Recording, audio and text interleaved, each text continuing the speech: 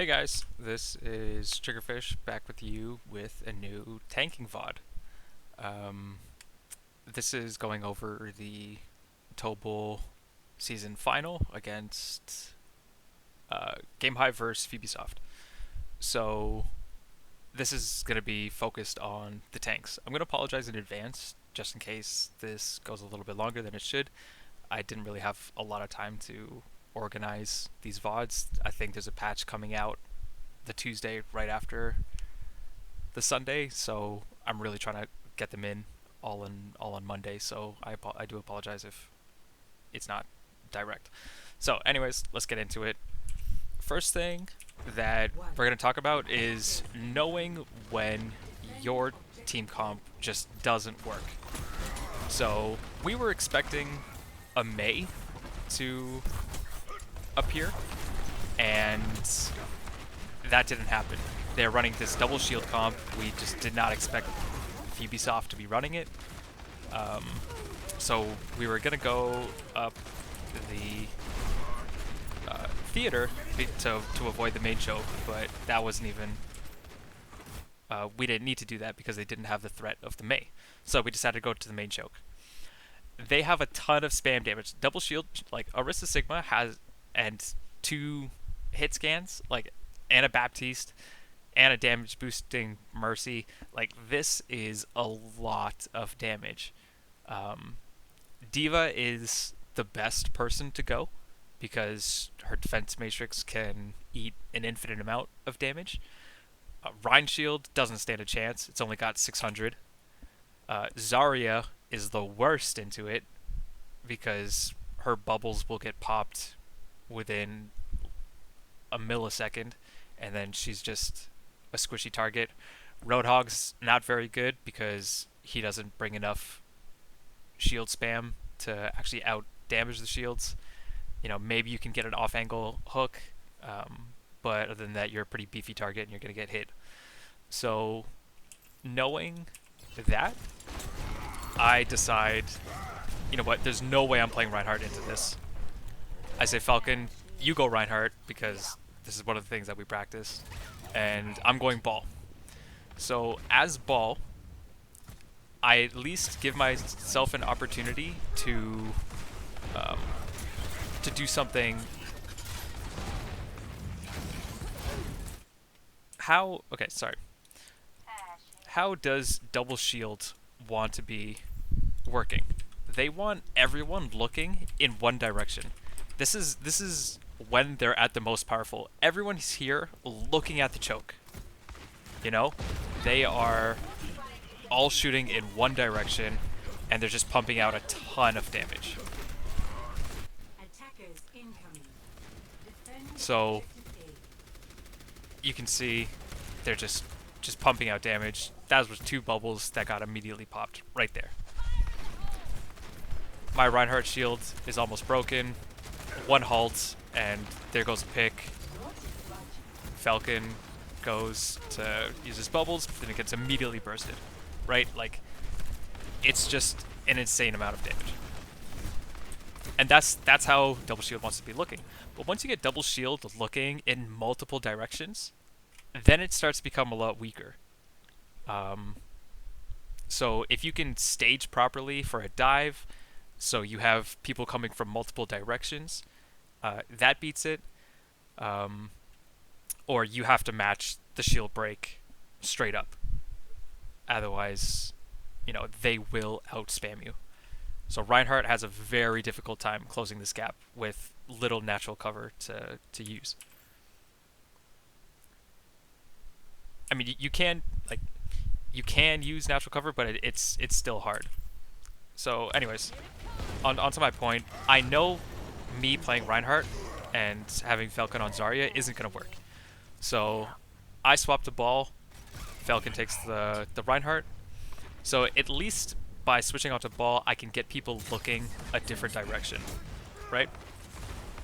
So I see the Ashe up there. This is my target. I'm going.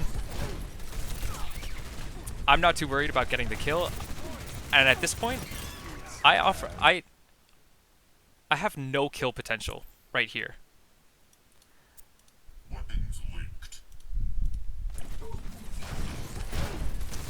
I fight for the high ground. Now I have high ground control, so they're all on the low ground.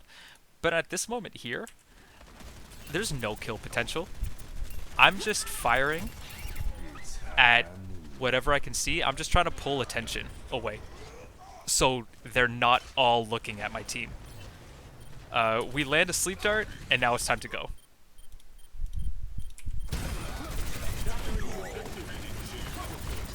And now that our team is inside of them, and we're all around them, this is when we start to take the fight. Or this is when our comp is better, right? Because we got them looking in different directions, we were able to close the gap easier.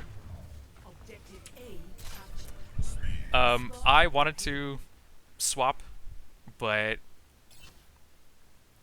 I thought, hey, you know what?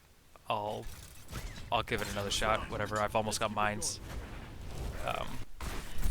It turns out to be a waste because we go through.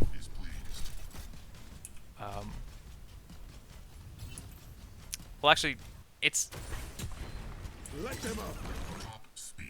This was one of the things where we wasted a lot of time not being on the correct comp because we had ultimates going.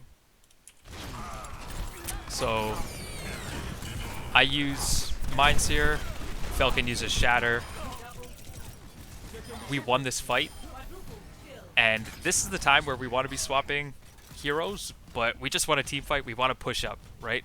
So it's not ideal.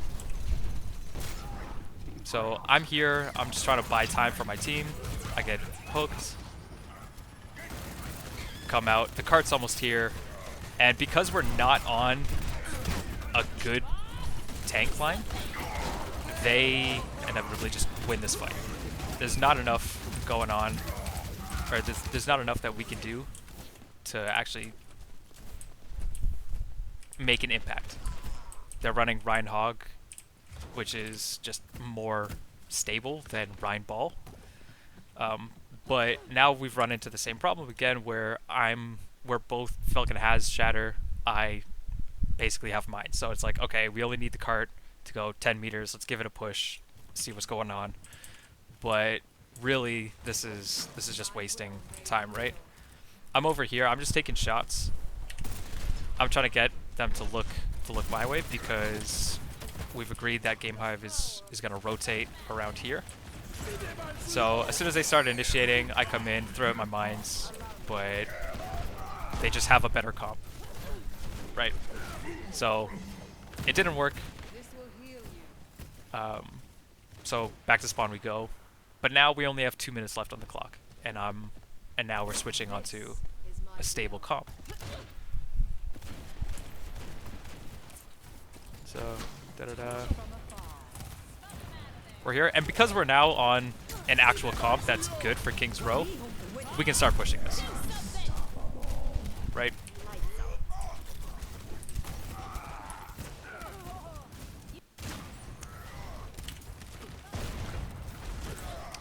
We take this team fight. Falcon lands a great hook. Someone that was out of position. I went for this charge because Immortality was there, and we just got the pick, so we're 1 up. Immortality's thrown out, so if I can charge someone out of it, because when Immortality gets thrown down, people tend to gravitate towards it. So when people gravitate towards it, it's kind of a go sign for me, where if I charge through it, I'm probably going to get somebody, right? I charge, I don't actually get anybody, but now I've found myself over here, and both healers are there. So I don't need to swing, really, until the BAP actually gets past me. I just need to hold my shield up and then trust that my team can kill the rest of them without the support line. Or without them having a support line. And then this is really rough. We can't get anything going, really. I get shattered. It's not great. We try and get the fuck out. Oh, sorry. We try and get out, but they just have a lot of spam damage now. And this is where, yeah, same tank line, but they just have a better time. Like the difference here is the McCree. So because McCree has range and he can actually shoot shields from a distance, they will spam us out before we can actually close the gap. Whereas Reaper needs to be 3 feet from the target to actually get his value. So this isn't so much a tank line issue. This was a like a team comp issue. But we're gonna fast forward to here on defense. So now the next thing I want to talk about is shot calling and rotating. When you're the tank, you're in the best position to be this person, to like control your team. So what you're gonna see from my point of view is I'm gonna kind of give you a behind the scenes of what was going on in our comms. So I'm gonna show you like how we respond to Ubisoft's rotations. So let's just back it up. Ready for one. So 3, 2, 1. We have the Mei because Mei is super powerful. It's powerful on King's Row. I threw out the halt, trying to pull someone so we could get that Mei. But now we're just in spam. When you're playing Orisa, you're just trying to spam as much as possible. Like, the more damage you put out, the better.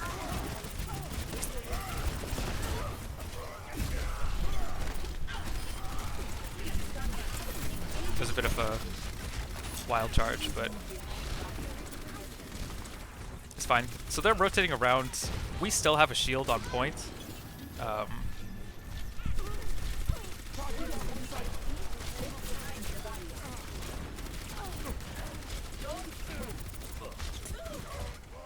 Yeah, I don't know why 5-7...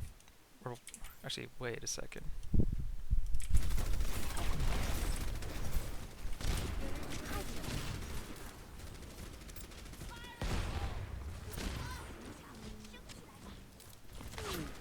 Oh, he got pressured out by the Ashe. Okay.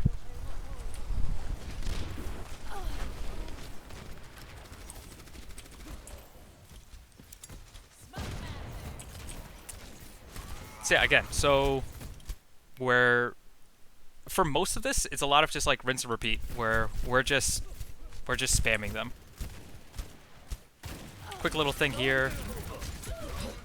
I see the Hanzo, and I know he's up there, so I pull not to kill him, but because it gets his double jump on cooldown. It gets my halt on cooldown, but I'm training it for his, essentially. I just didn't want him to have a double jump, so now he has to play a little bit more passively for the next few seconds because he doesn't have that cooldown available to him. So they decide to make for this rotate through theater, which is fine. But this is a thing on shield management. So you can see that I'm just working the shield, right? Like this is something for Orisas and for Reinhardts. So if you're Orisa, you want to be doing this. If you're Reinhardt, you don't want to be doing this. I'm not calling anybody out, but just let's take a look from, we saw my point of view, let's take a look at the Reinhardt's point of view.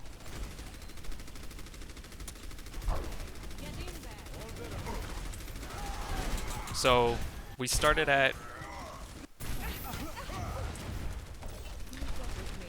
full shield here,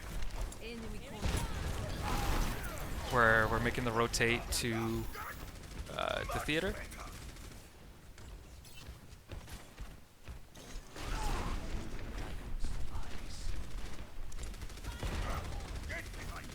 And then from here, we have full shield.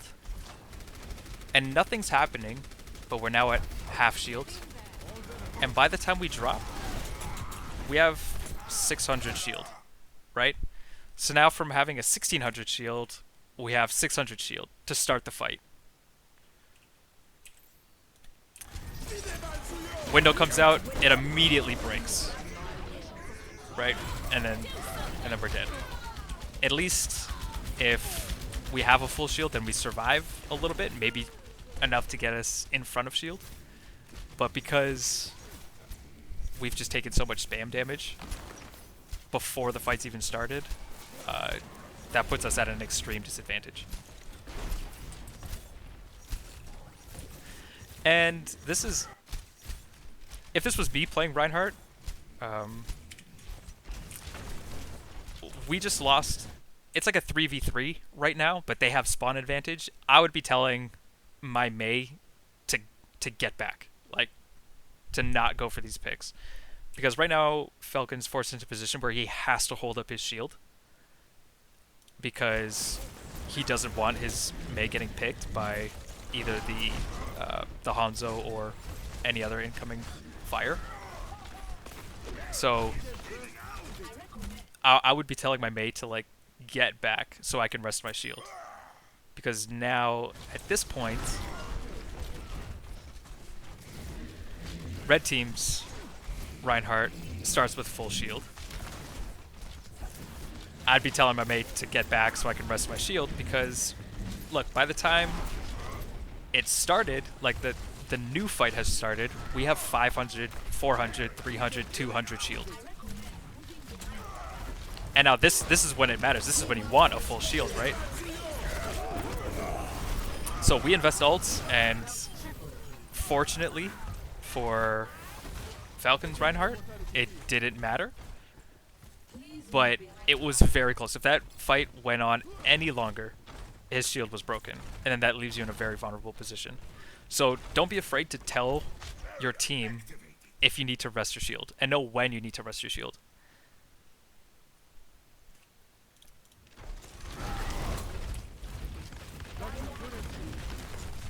So we keep going.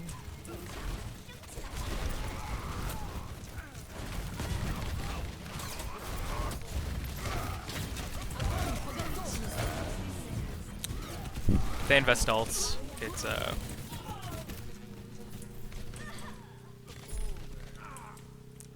and Fubisoft takes the point.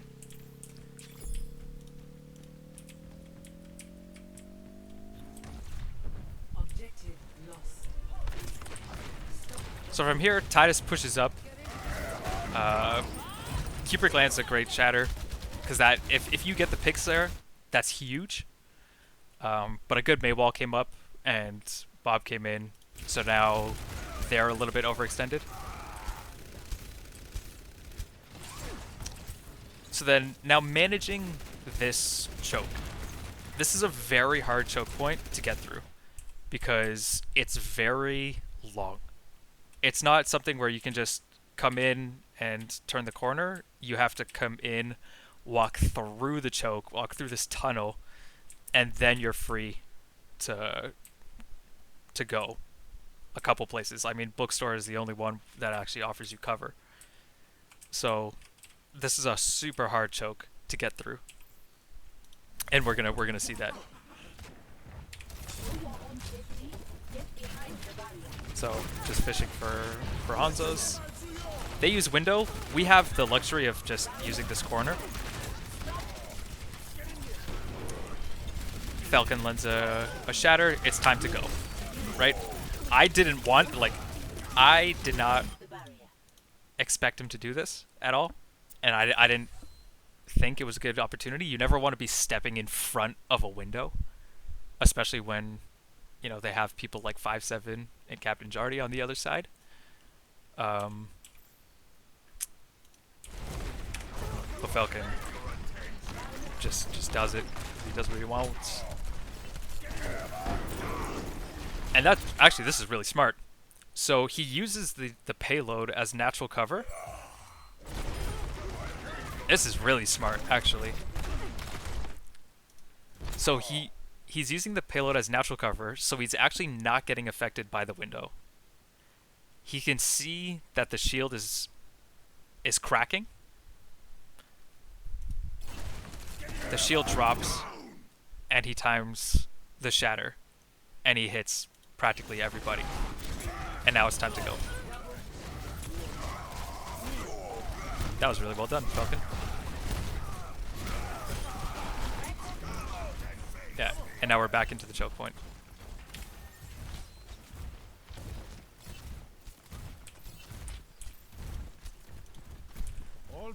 So again, we're just kind of like rinse and repeating, and then we get the call that they're rotating. We can see them rotating. It's taking them a while to get to the choke, which is kind of like the first clue, and then we see them rotating. And instead of matching them here, what we call to do is to get inside of the choke. Because if we face them here at this corner, they have this corner to play with, and they can also flank us over here, right? Which makes us weaker. But if we all get back into here, then they have to go through this choke point again, right? It doesn't matter what side of the choke we're on. They're the ones that have to push the payload. As long as we're contesting, we're fine. So we make the call to everybody gets inside. They invest coalescence. We wall it off. We just use natural cover.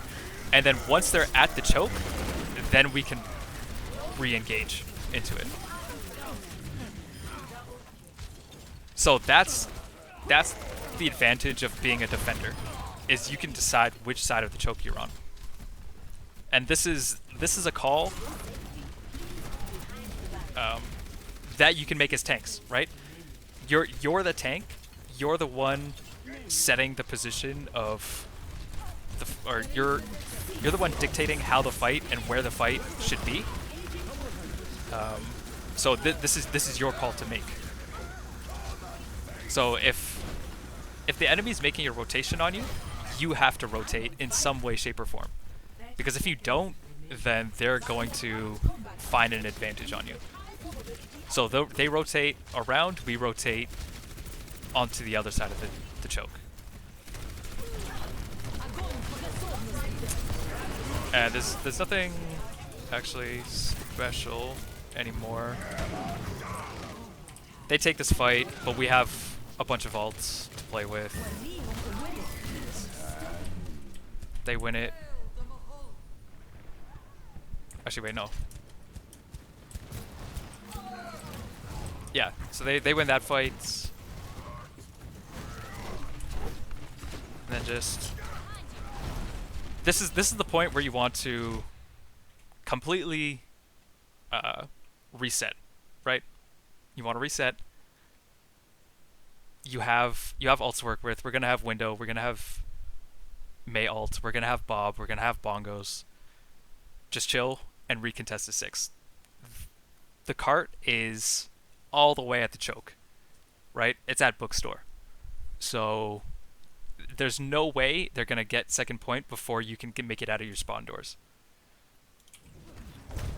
So this here, we're at 200 shield. Don't flash it, just let it recharge. There's no reason to be taking any of this damage, right? We want it, because now we're starting the fight, and we have half shield. So right here, we're at 200 health, just let it recharge. Sure, toss out that fire strike, but you do not need to be in the middle of the street, right?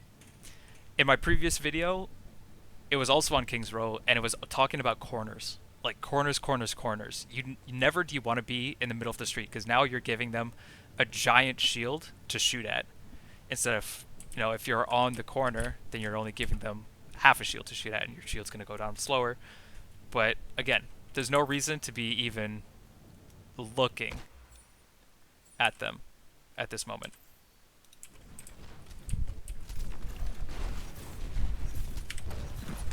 Because now when we want to start this fight, we have 777 shield. And this is when your shield counts, like right now. But it breaks.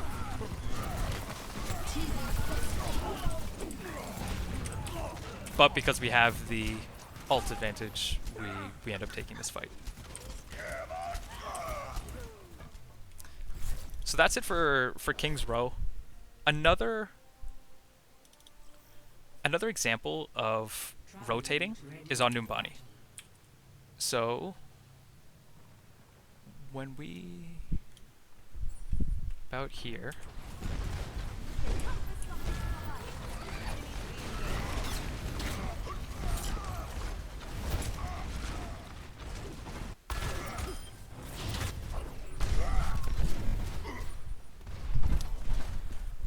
Okay, so there's a lot that goes on here. Numbani is I could go on for a long time, but just because of time, I need to kind of condense it.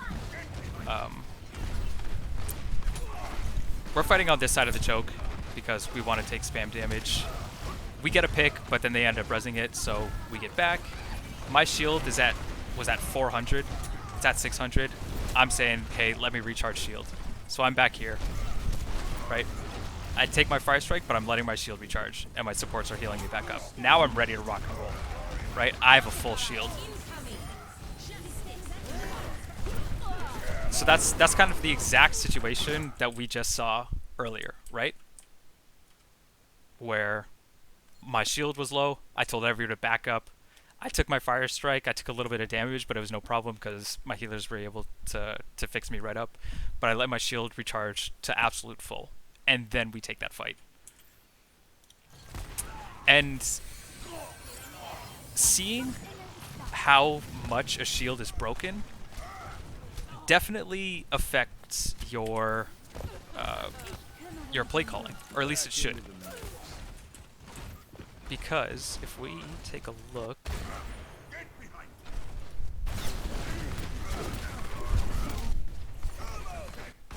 where is it?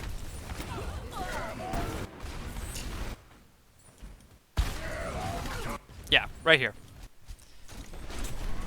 So let's take a look at this push. So again, getting our Fire Strikes in, we're trying to build our ult, but then we see them going up top.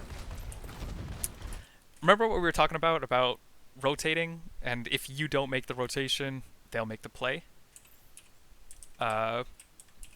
We almost do this. So the natural instinct for our team is to back up this way, right? So both Fjarn and Mezez, which are both very good players, have the instinct to back up. But this allows them to get free card progress and more space. So we're essentially saying that we'll fight them here, which is actually a horrible spot for us because they have a Pharah that's letting her get through the choke easily and stuff. But if we go here, then sure, they can take that high ground, but they have to come contest the cart. And we have this corner, we have this room, and we have this Mega to help us out. So we make the call, like, get over to here, get over to your Reinhardt, look where your Reinhardt is, get to me now. So now we're all in here, and they're up there. And now Pharah's contesting the point inside of, like, and her ceiling is super low. But these ults come out because we see the cracked Rein shield. So let's check this out real quick.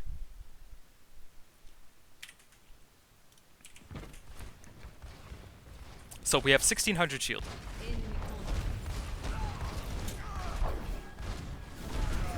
We have 1000 shield. We have 500 shield. We have 150 shield, and this is when the Reinhardt drops. So from my perspective, over here, that's... Hold on a second. I'm looking at that Reinhardt shield. I can see it's cracked. Like, it's... I can see it's cracking. I can see it's low, and then I see the Reinhardt drop. At this point, we can send in bomb. Bomb wasn't on uh, our ults to use, but because the shield is broken, they have the only cover they have is natural cover. They can't rely on a Reinhardt shield to stop the bomb, right? So that shield's broken. That was this reaction. The self-destruction comes in, or the bomb comes in, the Reaper ult comes in as well, but there's no shield there to mitigate any of it. And I think I can't say for sure, but when you're low as Reinhardt, so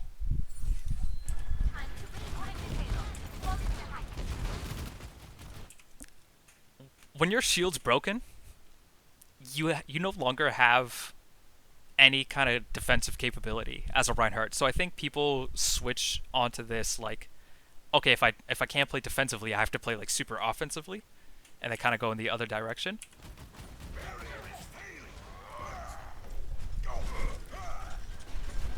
So shield gets broke, or shield almost gets broken here, and they're like, all right, I have to make a play, and then they throw out the Earth Shatter.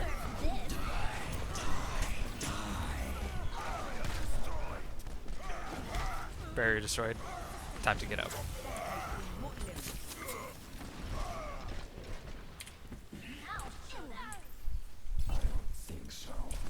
So that bomb came out because the shield was broken. I know the Reaper ult was more effective than the bomb, but the bomb came out because shield was broken, and that's something that you can take advantage of, right? So as a tank, you're the best one to shot call. I'm the shot caller of the team, like most teams that I'm on, but I think it's mainly because tanks just have the best awareness in order to make those calls. So once I saw this shield getting low, I knew what had to happen. Bomb, break the shield.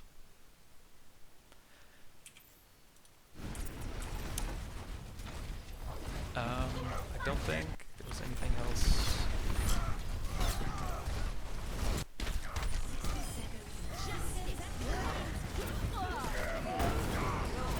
Yeah, I think that was it for this. Actually, let's take a look at Ubisoft making rotations on us.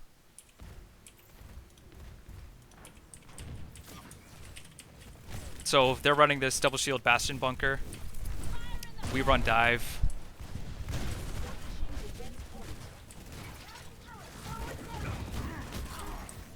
A pharmacy dive.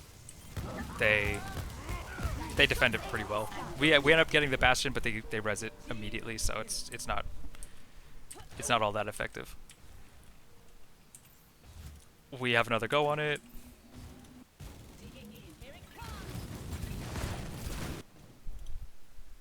Oh, I guess this is worth mentioning. Actually, let's take a look at Puddle here. So we know that the Bastion is in the corner, right? There's no way that a Winston is going to be able to dive there and make it there alive with a Bastion shooting at him. So one way to do it is when your Winston wants to jump, you defense matrix him in. So 3, 2, 1, defense matrix. Now your Winston's there safely. Unfortunately, it's still a Bastion. You still get melted. It's just not the play.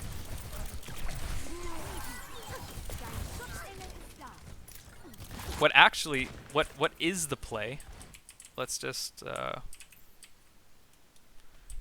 let's take it back here. Attackers incoming. So right now they have everybody on the high ground here, right?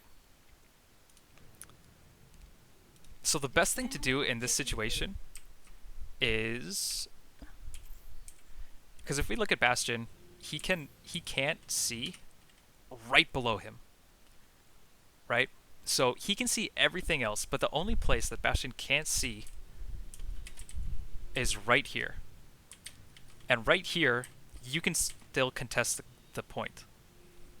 So by doing this, if you're playing someone like Winston, is you can make the jump from here to quickly underneath this wall, and you can start contesting the point. This will bring someone down to contest with you. So whether it's a tank or a DPS, they have to then put themselves in a vulnerable position to contest this point. And then once they're down contesting, then that means you might have a numbers advantage, and then you can dive. Does that make sense? So you contest the point, you force the bunker to drop, and then you dive.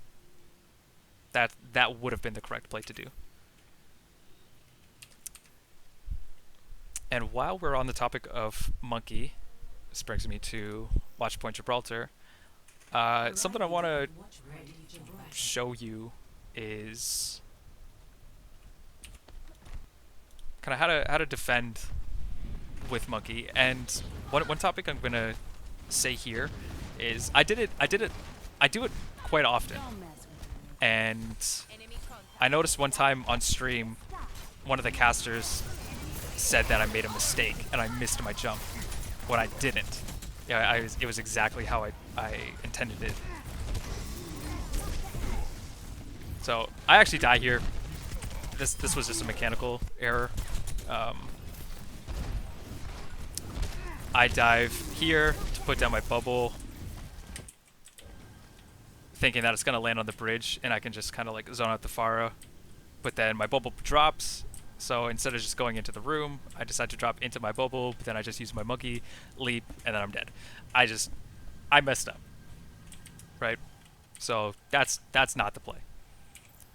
Let us carry on.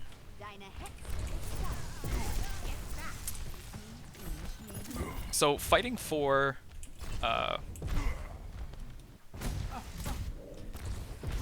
high ground is super important on first or on any point in Watchpoint Gibraltar.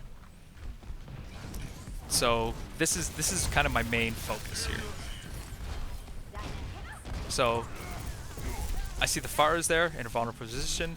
I go up, I start to taser, but then immediately as soon as I have any kind of aggro, I back up.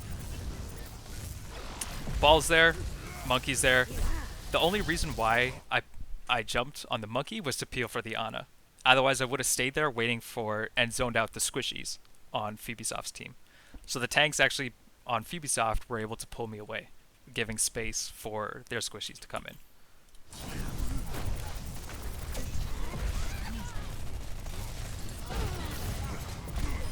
So recognizing a missed jump, you're able to punish it.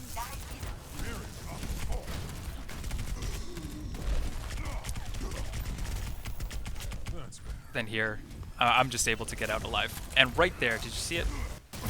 So they have a Sombra on the team. And being able to, like, Winston and D.Va are very good Sombra detectors. Because I can just zap away, D.Va can just hold down mouse 1 no matter what, and any tick of damage onto Sombra will reveal her. So right there, I saw the Sombra. You can see her like just about go invisible on the bridge. Right there. So I know that Sombra's in here, she's trying to get a flank or something, and I can hear her hack the health pack. I break the translocator, I throw down bubble to kind of give myself some kind of survivability, but then I get nanoed. So then all of a sudden I went from just kind of like disrupting the Sombra to having kill potential. So as soon as I have that nano boost, I commit onto the Sombra, get the kill, and Baptista's right here, we get the kill. So now we're 2 picks in. This was an interesting call that I decided to do. I don't know if it's the right call or not. It worked out. It was super risky though. Basically, mines came in, and because I was antied, or no, because I was nanoed, I decided I could tank a couple of them. So I just decided to yeet and clear a couple myself. And as soon as I did that, I knew I was low. The last thing I want to do is die. And that's what Primal's for. Primal gives me a second life. So I use it to just contest the cart. I'm just waiting for my team to respawn. You can see that I did want to go for that Baptiste and that Mercy. But I can't leave the cart. So I hear the res going on. I can see it. I want to go, but I'm the one that has to contest. That's my main objective, right? And I threw down the bubble just to break some mines. And that is the jump I'm talking about. Right there. So I have a lot of heat on me. I just jump in the air. And that's it. And I do this all the time. I'm taking a lot of heat. I jump up and I'm right back down. Jumping up in the air, like straight up. You don't have to jump back. You don't have to jump to a health pack. You don't have to jump to natural cover or anything. When it's this close, you know, like someone has to be contesting this payload, right? And I'm the best person to do it. Jumping straight up in the air will get people to stop looking at you. Because everyone, like most people, will tunnel vision on what's on the payload, like at that second. So if I'm on the payload, I'm the target. If I jump straight up in the air, then they start looking somewhere else. But then I land immediately back on it.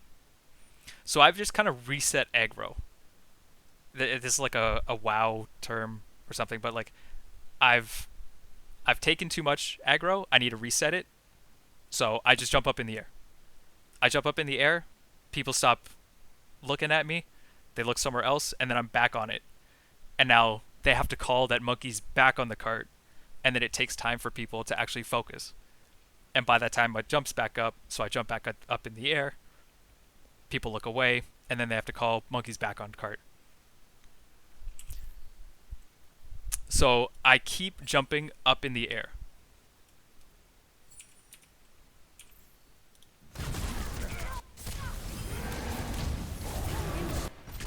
Yeah. So there's this whole deal with the Sombra. I get the nano. I all of a sudden have kill potential. Let's go. I also have damage reduction, so I can take some of these shots. I'm super low. I don't want to get burst down. Primal. And now I'm trying to contest cart. So I jump. I'm just batting things because I can. I want to go for it. I don't because I have to contest. I use my bubble because I need to clear the mines. Taking too much aggro, I jump up in the air.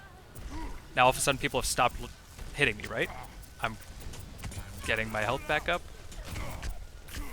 I'm getting focused. I jump up in the air.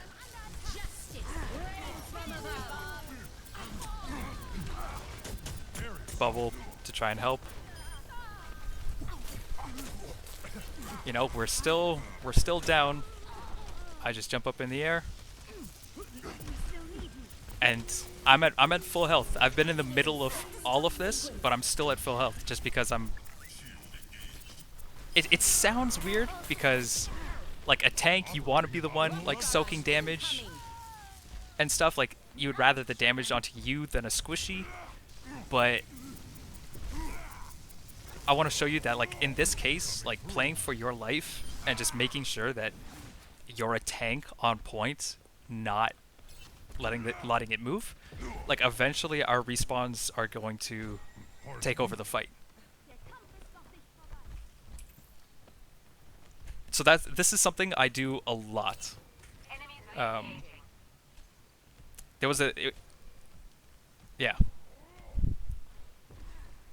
There was a game on Rialto, and I jumped straight up in the air, And instead of landing on the high ground, I just came straight back down onto the cart.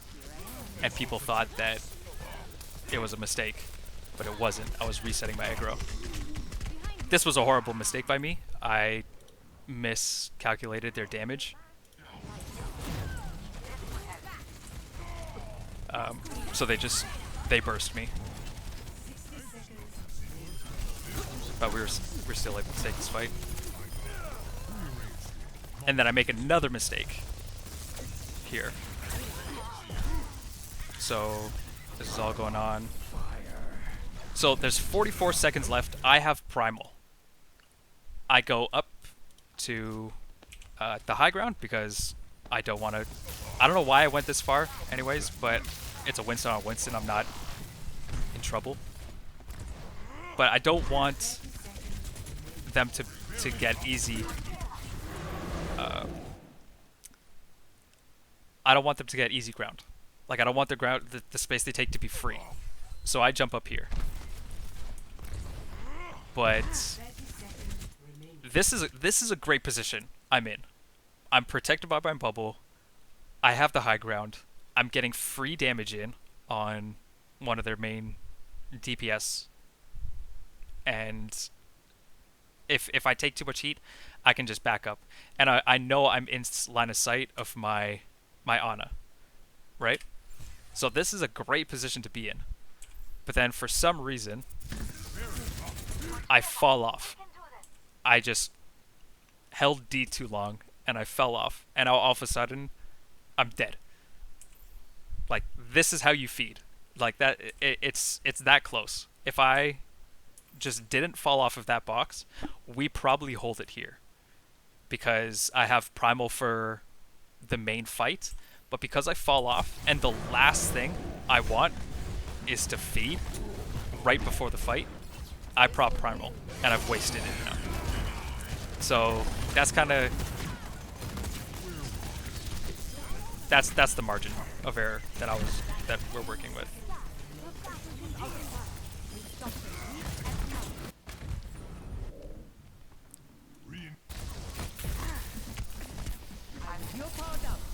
Yeah, I went up to contest high ground.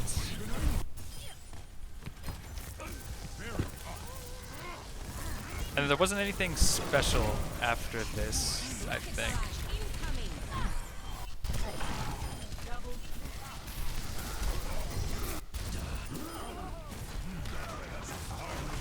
Not on it tanking.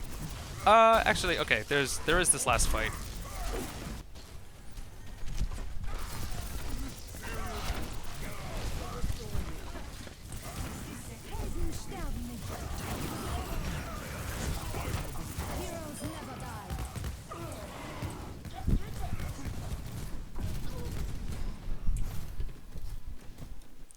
Yeah, so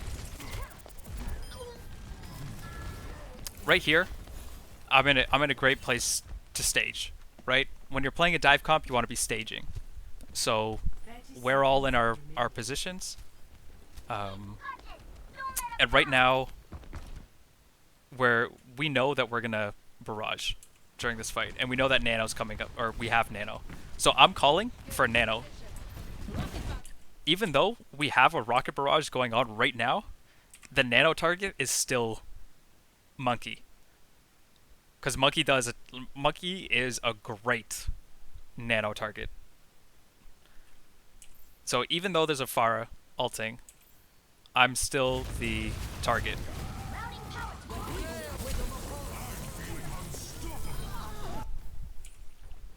And the main thing is just have patience, right?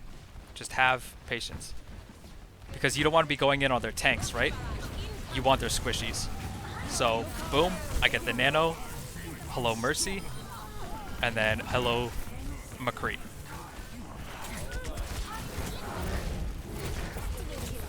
And then I take a bit too much damage, so I pop Prime.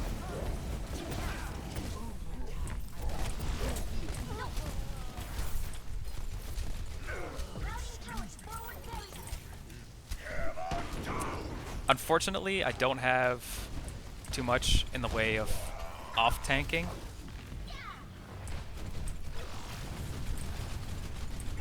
But I think that's enough for main tanks. Again, sorry this was super long, but like I said, I didn't have too much time. I just wanted to record these before the patch comes in, so it's long, but I hope you guys learned something. Uh, you know, just watch that shield management, rotations. You know, if you're getting rotated on, or whether you're doing the rotating. Um, don't be scared to tell your DPS to get around natural cover so you can recharge your shield. Um, how much shield does the enemy Reinhardt have, and what ults are best used on what? Like if he has full shield, Mei is a great ult to throw down. If he has weak shield, bomb, uh, Reaper ult, visor.